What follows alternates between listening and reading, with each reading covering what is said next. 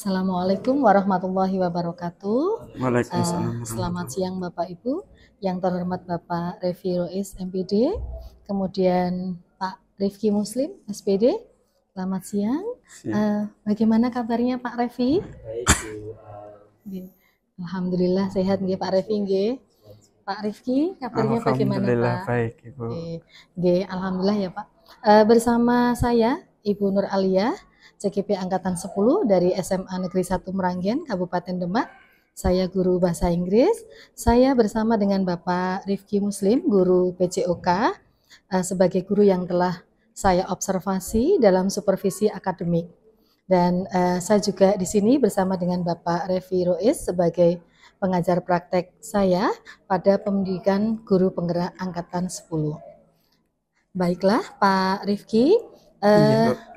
percakapan pasca observasi ini nanti saya akan memberikan beberapa pertanyaan ya Pak Rifki terkait dengan jalannya observasi kelas yang sudah Pak Rifki lakukan kemarin ya, dengan tujuan untuk melakukan refleksi dan evaluasi sejauh mana proses pembelajaran yang sudah Pak Rifki lakukan ya.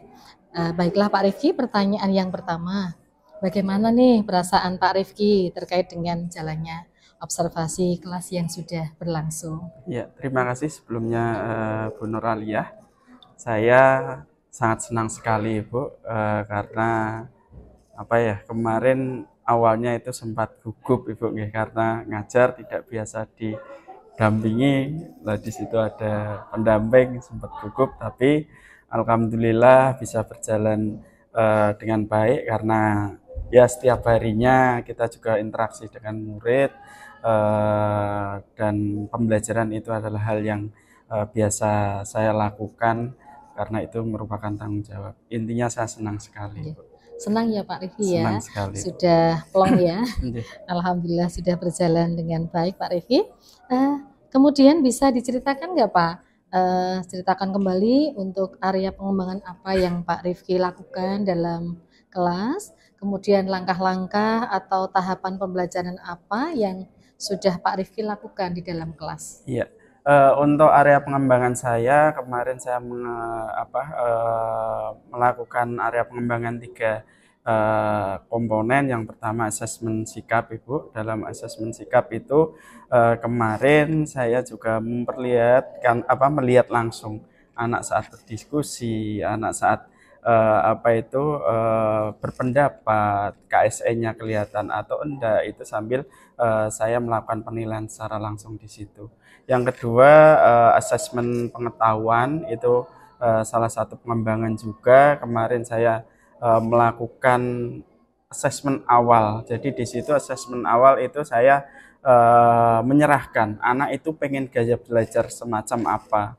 3 gaya belajar yang kemarin dipilih anak, ada auditori, ada visual, ada kinestetik. Kemarin juga ada persentasenya itu sedikit berbeda, yang di kinestetik itu agak banyak. Di situ juga bukan saya untuk anak itu memilih, tapi juga ada pertanyaan awal mengenai HIV/AIDS. Itu ternyata juga anak setelah kita kasih video atau kasih materi sebelum kita pembelajaran, dia sudah bisa menguasai kira-kira 50-60% apa itu HIV/AIDS.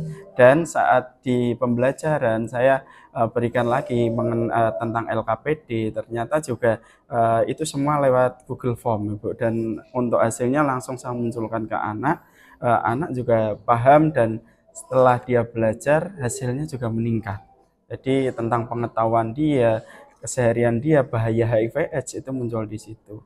Dan untuk yang terakhir asesmen tentang keterampilannya Ibu, itu kemarin dari hasil diskusi itu anak ternyata bisa menginspirasi kita. Setelah anak itu memilih gaya belajar kinestetik, dia itu bukan hanya saat melakukan pemaparan di depan atau melakukan hasil diskusi itu tidak monoton hanya PDF-nya saja atau hasilnya aja yang dimunculkan. Ternyata yang kinestetik itu menunjukkan gambar dengan geraknya. Dia bisa memperagakan atau hal yang lain. dari apa itu yang namanya gejala-gejala HIV/AIDS itu bisa diperagakan. Ternyata juga beda di yang visual, itu hasilnya pun juga beda. Ternyata dia itu punya visi besar, di visual itu punya visi besar, membuat slogan bahkan poster, ayo kita menghindari seks bebas. Kemarin anak juga berhasil menonjolkan itu. Bahkan yang di apa itu auditori itu juga muncul keinginan anak itu, dia membuat apa, kemarin juga berhasil membuat yang namanya pesan singkat melalui kartunis atau komika, itu juga muncul di situ. Ternyata hasilnya luar biasa. Walaupun di situ juga terus terang ada apa itu kekurangan-kekurangan anak, mungkin nanti itu sebagai pembenahan saya. Dan yang saya siapkan itu memang dari awal saya menyiapkan yang namanya modul ajar, bahkan bahan ajar yang inovatif sudah saya kirimkan sejak awal. Bahkan untuk apa itu form untuk anak memilih gaya belajarnya itu 3 hari sebelum kita pembelajaran sudah saya share untuk di grup kelas. Itu yang saya lakukan itu. Luar biasa Pak Rifki. Ternyata area pengembangan yang Pak Rifki hadirkan, kemudian langkah-langkah pembelajarannya, kemudian tahapan-tahapannya panjenengan lalui secara detail dan komplit, di mana saya tadi menangkap ada 3 area pengembangan ya Pak. Area pengembangan di asesmen sikap, di mana selain kognitif, anak juga dikembangkan dalam bentuk sikapnya, KSE-nya juga benar-benar diimplementasikan di sini. Kemudian ada asesmen kognitif juga, sudah barang tentu, sudah pasti ya, pembelajaran yang jenengan sajikan kepada anak, penguasaan materi dan lain sebagainya melalui berbagai media yang panjenengan gunakan, sangat bagus sekali Pak.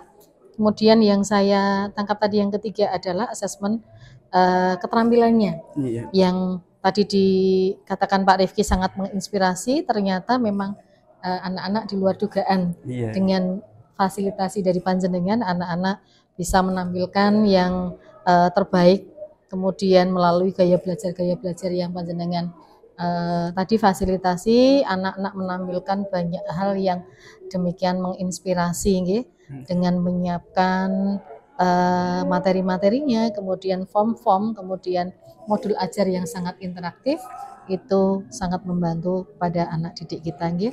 Pak Rifki, kemudian menurut Pak Rifki, area pengembangan yang sudah Pak Rifki sampaikan tadi, apakah panjenengan merasa bahwa ini sudah berhasil dilakukan dalam pembelajaran di panjenengan? Terima kasih Bu.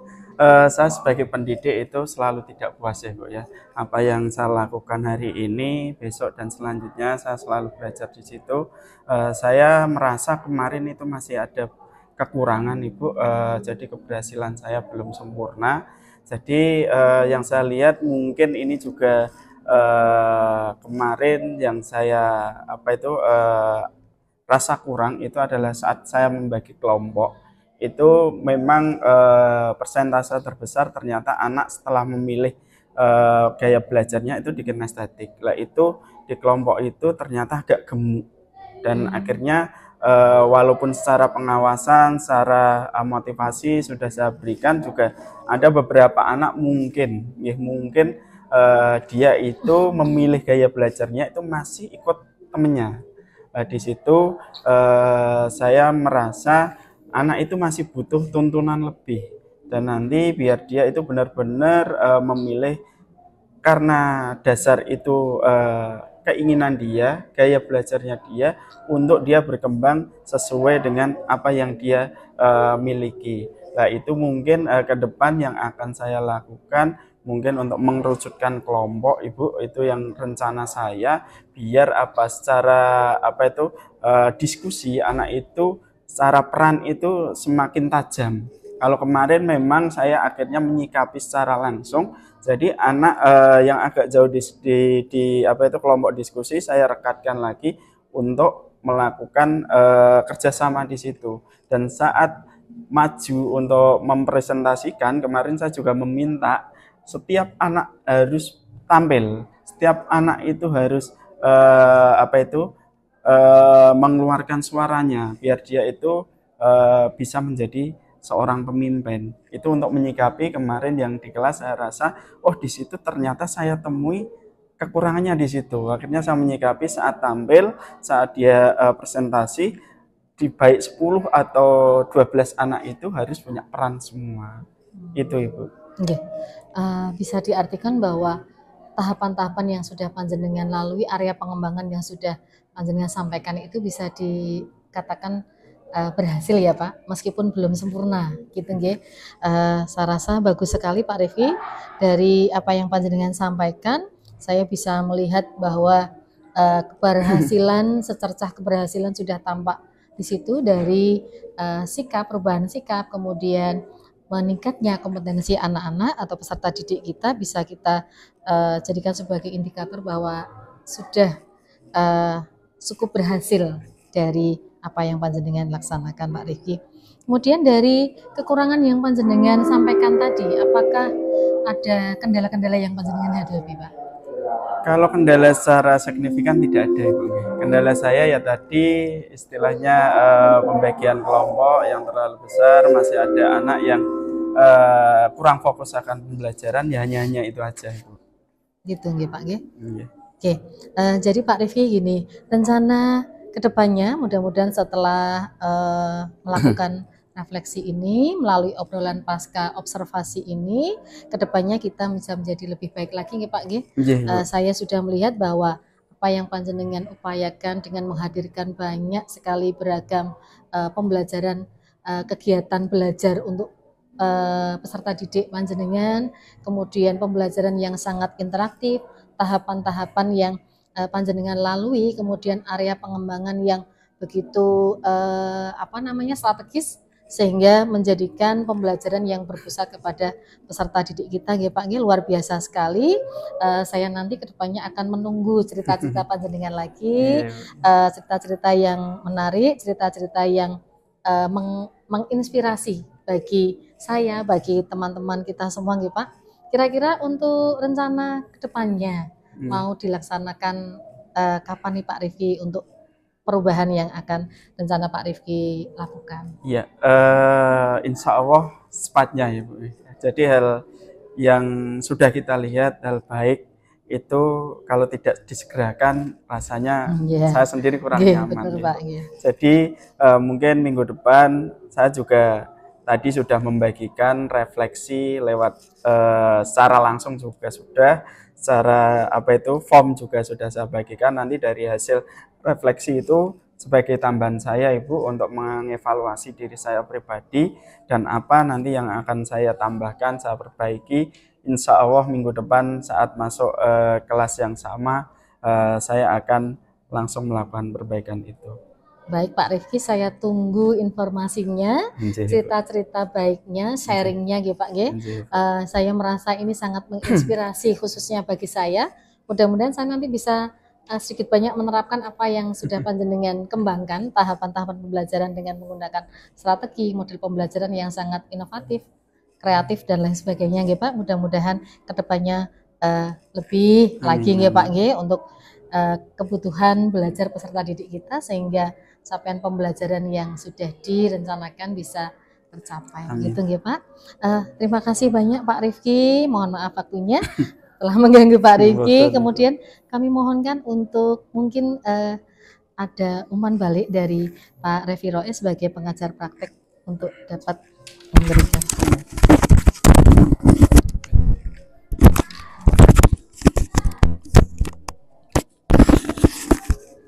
Baik, wah, beri tepuk tangan dulu untuk Bu Al sama Pak Rifki, luar biasa. Saya tadi melihat sudah sangat baik. Pak Rifki, Bu Al sudah memerankan perannya. Pak Rifki sebagai kunci, Bu Al sebagai coach, sekaligus Pak Rifki sebagai guru yang rekan sejawat yang diobservasi. Bu Al sebagai observer sudah berjalan dengan baik. Meskipun saya tidak mengikuti dari awal, dari pra, terus di dalam kelas, hanya di pasca saya bisa punya gambaran ya bagaimana mengajarnya Pak Rifki dari diskusi tadi ya. Sudah luar biasa. Saya tadi melihat ada diferensiasi yang sudah dipakai dengan baik oleh Pak Rifki. Pak Rifki juga tentu saja mengimplementasikan disiplin positif. Saya yakin ada kesepakatan kelas. Kemudian Pak Rifki juga KSN-nya dapat, ya, ramah. Kemudian apalagi tadi juga Pak Rifki, lah yang paling berharga yang saya catat itu Pak Rifki tidak pernah puas, itu kata kunci ya. Jadi guru itu tidak pernah puas, selalu punya kemampuan merefleksikan diri. Itu yang saat ini saya bilang krisis. Guru di Indonesia itu tidak merasa sudah hebat, merasa sudah selesai, tidak bisa merefleksikan dirinya. Kira-kira apalagi yang mau dikembangkan. Tadi Pak Rifki sudah mampu dan luar biasa itu. Kemudian dari sisi teknik coachingnya sudah dapat, Bu Al memperhatikan Pak Rifki dengan baik. Ada gerakan mencatat hal-hal yang penting, memberikan pertanyaan yang berkualitas, berbobot, terus menerus, sehingga Pak Rifki tidak terasa diberdayakan, dimampukan menghadapi permasalahan yang berhasil ditemukan sendiri oleh Pak Rifki. Nah, ini yang luar biasa. Sukses untuk Bu Al dan Pak Rifki. Terima kasih Pak. Yeah. Okay.